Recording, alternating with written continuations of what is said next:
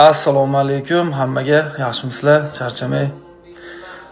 O'zbekistonda adashmasam ko'pgina MMA turnirlari bo'lgan yoki kickboks turnirlari, boks turnirlari, boshqa davlatlardan boyslar, sportsmenlar ko'p kelgan, bilasizlar.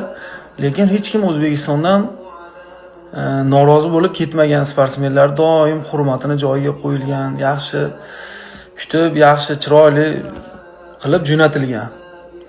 Hozir biz O'zbekistonliklar chetga chiqsa ko'pi qanday sal shunaqa problemalarga uchrab keladi. Shu boyslar urushib kelsa ko'pchilik qo'shiladi yoki qanaqadir bilmayman nima bo'ladi. Shunga tushunmay qoldim. Hozir bir ikkita video ko'rib qoldim.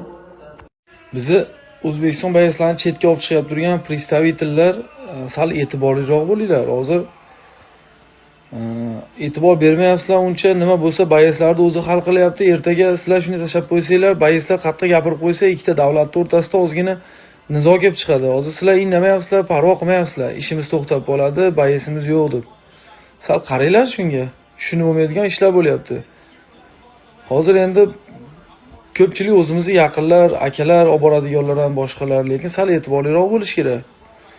Hozir achchiq ustida hozir bir ikkita qattiq gap gapirib qo'ysa, o'zimni ham boshimdan o'tgan bilasizlar.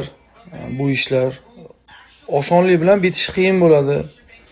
Keyin ko'pchilik aralashishga to'g'ri keladi. Shuning uchun sal hamma yoqda issig'ida to'g'ri chiroyli qilib yechgan yaxshi. Odilxonning videosini ko'rib qoldim.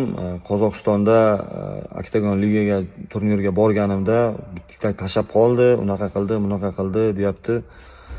Men buni adashmasam oldinroq ham aytgan edim bu gapni. Oktagon liga men yaxshi ligadir.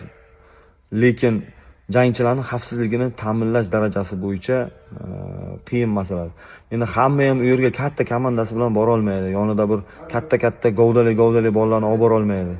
Agar jangchining xavfsizligini ta'minlay olmasa, ayniqsa mana bunaqa muxlis yig'ib beradigan va bu men ikkinchi, uchinchi marta eshitaman bu holatda, ne только Odilxon bilan bog'liq. Bu jangchilarning xavfsizligini ta'minlay olmasa, eng asosiy kassaga pul yig'ib beradigan, ya'ni prosmotr yig'ib beradigan, prosmotr ko'p bo'lgandan keyin reklamalar beradigan bolalarni xavfsizligini ta'minlay olmasa, bilmadim qanday kelishish kerak, bilmadim.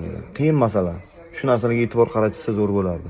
Mana kuzatayotgan blogerlardan, mana shu Telegramda, Instagramga video narsa qo'ya oladiganlar, mana shu narsalarni tez qo'yib tashlaylar.